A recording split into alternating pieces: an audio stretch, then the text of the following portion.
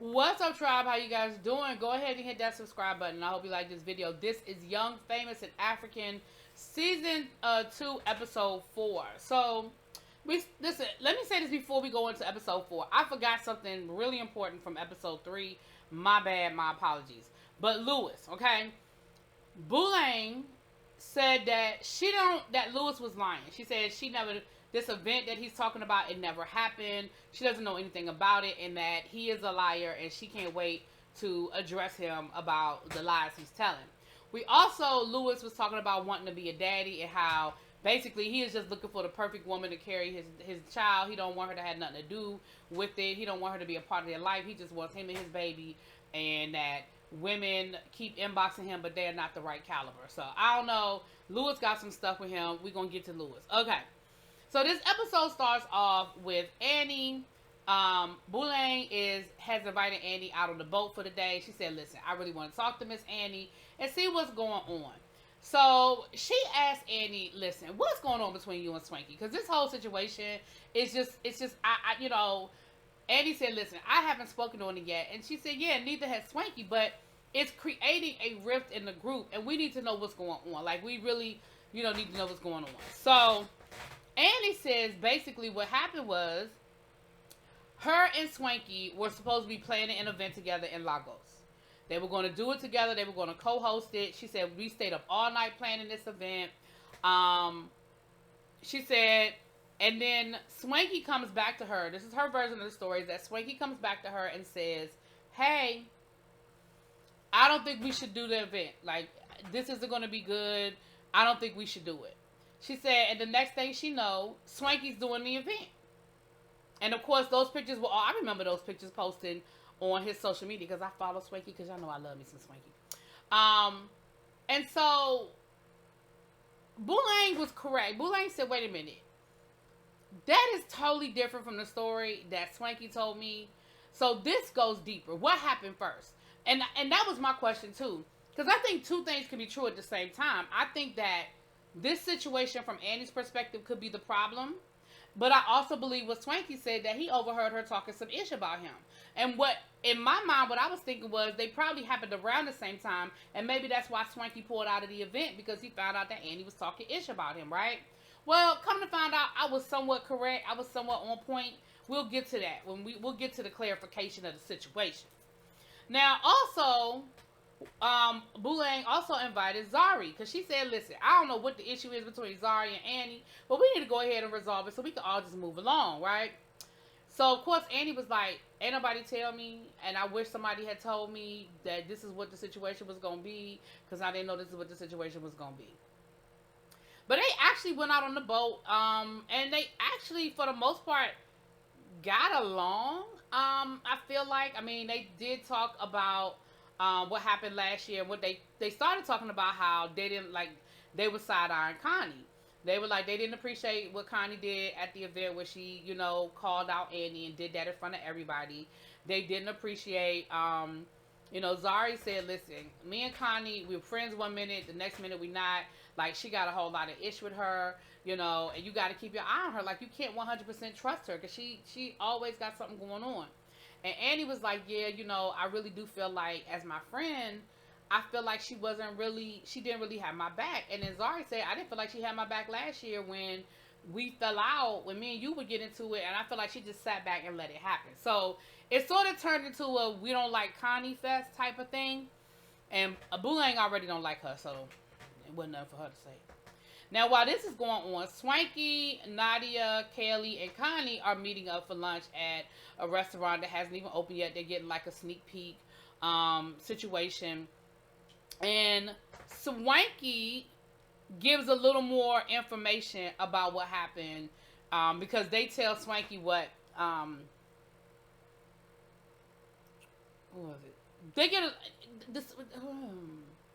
They talk about what happened at the party. Now, Kelly, let me give Kelly some kudos, because Kelly stood up to Connie and told her what she did was wrong. She was like, "You were wrong for calling out Annie in front of everybody." Like, she was like, "What do you mean? That's my friend. I can say F you I can tell her she's full of ish and tell her F you if I want to." She said, "But you do that privately. You don't do that in front of everybody." She was like, "What do you mean? We're all a family. We're all a family." Kelly was like, "No.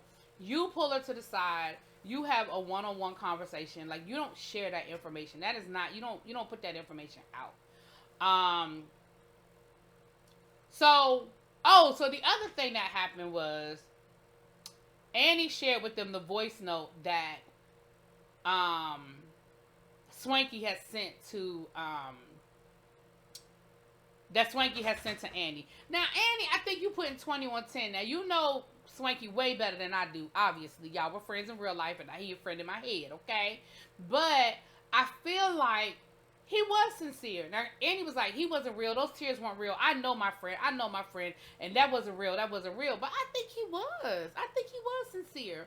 But again, I can't tell you how to feel, child. I certainly can't tell you what to think. Swanky is telling them that he sent the voice note and that Annie never responded. And Swanky was like, yeah, but in that moment, I really, I love them, and I really put my personal feelings aside to reach out to her, and she never responded. So, of course, they're like, dang, she didn't respond. So Connie said that she felt like she breaking up with Annie, too. She feels like that she was a better friend to Annie than Annie was to her. And she sort of feels like she doesn't like the way Annie is moving. And, that's just, So anyway, that's the conversation that everybody's having, right?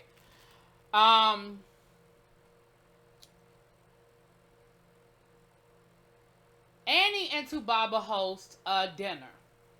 And Dele is there, Nadia is there, and is that it? Was it Dele, Nadia? Oh, and Naked and Kaylee. So they get on this conversation about infidelity. Now, first of all, I feel like, I'm with Annie. Why are we talking about this? Like, we're clearly talking about me and him. We're clearly talking about the rumors and talking about what we've shared in the public about our marriage. Why are we having it? There are 5 million things we could be talking about. Why are we talking about infidelity? However, Tubaba starts talking about basically men can't be faithful, and that there's a difference between when you basically that old bullshit of making love versus fuck. He said if a man gets an erection, basically he's gonna have to release himself, and if he chooses to release himself with somebody that's not who he's with, married to, or in a relationship with, that's not his fault, because that's just how men are wired. But he can't help it. If he gets an erection, he can't help it. And I was like, and what happened was Nadia was like, wait a minute, are you talking about in general, or are you talking about you? And Tubaba is getting, I don't know if he was drunk or what, but he's getting more and more animated, like he's getting irritated with her. But I'm with Nadia. I need you to clarify what you're saying, because basically what you're saying is you're justifying your infidelity. That's what I hear. I hear you justifying your infidelity. And as far as I'm concerned, I'm with Nadia on this one, right? And so even Annie was like, she was like, babe, clarify what you're saying, because I think she thinks you're talking about like you. Clarify that you're talking about men in general. You're not talking about you. You're talking about men in general. And he's getting upset. Annie's getting upset because now Annie's getting embarrassed, because the more and more animated he gets, the more and more he's talking about fuck and sex and fuck. And Annie was like, babe, you're cussing. Like, you could tell that was bothering her. And she even said in her confessional that she was embarrassed. Like, this whole situation was embarrassing her. And Dele is trying to blame Nadia. And when he was telling her, like, chill out, like, you're doing too much, like, calm down. And she was like, what am I doing? She said, I'm just trying to get clarification. I'm trying to understand what he's saying. And Dele was like, well, you're antagonizing it. You're antagonizing it. And she was like, no, I'm not. She said, he said it. I'm just trying to get clarity on what this man is saying. And then Dele is coming at her like she's wrong. And I'm with Nadia on this one. Tubaba is the one. And then he gonna say in his confessional, she knew what I was saying. I wasn't talking about she, because he finally, Tubaba says, I'm not necessarily talking about me. Well, saying that I'm not necessarily talking about me still ain't saying I'm not talking about me. And in light of your history and current scandal, sir, I'm going to need you to be clearer. I'm going to need you to be clearer with what you're saying in your words. But neither here nor there. It was a whole mess. Annie ran off upset, and it was awkward, and I don't even know how it ended. They never give us the endings of these things. We just see it. We just cut to another scene, child. So here we go. We cut to another scene. We got Swanky hosting a dinner. He's got Boulay. He's got Zari. And Fanta, the dance hall queen Fanta, and Lewis comes through. Now, Swanky said that he invited Zari and Fanta because he wants them to be cool. Now that Fanta is messing around with Diamond, he don't want it to be no issues. And with Lewis, he wants Lewis to have an opportunity to apologize to Boulain. Now, here's where I'm confused with this situation. I heard Lewis give his explanation at the basketball court. And what Lewis said was he failed to reserve her accommodations for this event. And Swanky was like, well, you can't blame her. You can't blame her. That's not her fault. Now, somebody did say something about some flowers or something. But ultimately, he said he did not reserve her room and that she went home the next day. Actually, he said she flew home the same day because there was no location. Now, Swanky somehow relayed the story to Boulain and said that she got mad because she didn't have fresh flowers or something was wrong with the flowers and she left, making her seem like a real diva. But that is not what Lewis said. Now, Lewis might not be telling the truth about everything, but that's not what he said. He said, I heard him say accommodations because I repeated it. So then, she said, so it wasn't about flowers, and so Swanky's sitting there like, that's what I heard. You know, Swanky, that was messy because that's not what he said.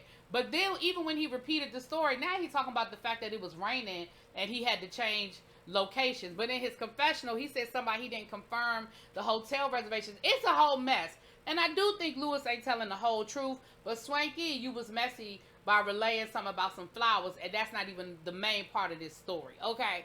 But child, Boulain throws a fit, and she does turn into a whole diva because she's upset, and she walks off. Now, I thought she had left, but she didn't leave. We gonna see her. Did she leave? Maybe she left. I don't even know no more. But either way, she was arguing with him about, because he was like, she didn't leave, because they ended up arguing again down by the sand, or down on the water, when he was like, I've apologized, and I'm not going to keep apologizing. He was like, you don't have to apologize. She was like, are you apologizing for lying, or are you apologizing? You're a liar. You're a liar. He was like, I didn't lie. He was like, I'm apologizing that I screwed it up. It was one of my first events, and I screwed it up. But I'm not lying about what happened. He was like, you can Google it. You can look it up. He was like, you can go. And then she sort of insulted his country, and she was like, make it seem like nobody would want to come to your country. What are you talking about? And so that was their whole beef. So then, Zari and Boulain were telling Swanky about what happened on the boat, and they told him about the voice note, and he was upset that she played him the voice note, and they told him Annie's version of the story about the event in Lagos. Well, of course, Swanky's story is different, but the same. Let's talk about it. Swanky said he had an idea to do an event. He said Annie don't do events. That is not what she does, okay? And he said that he reached out to Annie's management and thought it would be a good idea for them to do it together. And so he reached out to her management for them to do the event together. He said that they planned it. He didn't say nothing about them staying up all night, but he said they were working on it. But then Annie reached out to her management and said, I want to do it, but I don't want to do it with Swanky.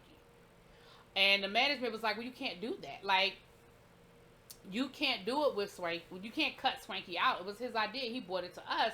You can't cut him out. Now, somehow or another, Swanky was on the phone and overheard this conversation with Annie and her manager. Annie didn't know that Swanky was on the phone, and that is where he said he overheard Annie saying some things about him that were really horrible, and that he was on the phone, and she didn't know he was on the phone. And he said that the manager had put Swanky on mute. And he said that he ended up texting him and telling him, if you don't take me off of mute, I'm going to blow this up. He said, I will blow this whole thing up with Annie and with Tubaba. I will tell it all. Now, I guess, I don't know if the manager unmuted him or not, but he said he just walked away. He said he just decided that he was done, that he wasn't going to talk to Annie anymore. He wasn't going to communicate because he knew that he could blow up their whole shit. And he said, and I did go on and have my event without her. And it was a great event. It was a successful event. And nobody even missed her. Okay, so I think now we do have, I'm going to say we got 90% of the story. Okay, we got 90% of the story. Now, why Annie was saying these things, why Annie no longer wanted to be at the event with him, that still is not clear. But I think we got most of the situation. Now, while this is going on, Lewis done took Fanta to the side to basically ask her to go out on a date. And she was like, sure. She said, he ain't really my type, but I'm open to it. Let's go out on a date. Let's see what happens. Let's go do it, and let's see how this happens. They go back to the table, and now Swaggy wants to, I ain't gonna say he wants to be messy, but now Swaggy wants to basically get Zara and Fanta on the same page. And Swaggy says, listen, Fanta is messing with Diamond. They're doing an album together. They're doing other things together. I just want to make sure that everybody knows what's going on and it's all on the table and we all cool. Now, Lewis is sitting there feeling stupid because he was like, I literally just asked this woman on a date and she said yes. And now I'm sitting here finding out that she messing around with Diamond in front of the group and I feel some kind of way about it. Well, come to find out, Swaggy was like, Fanta was like, listen, me and Diamond, we do what we do. Like, I'm open to whoever he wanna. Like, I'm still dating, he's still dating. When we see each other, it's cool, it's whatever. Now, Zari, she tips her hand. Because on one minute, she's talking about how she don't care what Diamond does. But when Fanta didn't respond, when Fanta didn't have no attitude, or she was like, okay, that's cool, I don't care. She said, well, me and Diamond, like, I'm cold right now. If we were here together, he would probably be leaning on me and making me warm. People are intimidated by that. And he was like, and Fanta was like, I don't care about that. She was like, listen, I don't really give a damn. She said, if me and Diamond are in the club together and I see a guy on the other side of the room that I find attractive, I'm going to go over to the guy on the other side of the room. I don't care about none of that. Like, you and him, whatever y'all got going on, it don't have nothing to do with me. I don't care. I'm fine with it. And Zara was like, oh, wait a minute. Maybe Diamond has finally met his match. I'm like, oh, yeah, because you can't make her mad. You can't make her in her feelings. You can't make her feel no kind of way. Yeah. Nah. He ain't met his match. You've met your match. Okay? Anyway, that was the episode. Y'all let me know what y'all think. I'll talk to y'all later. Peace.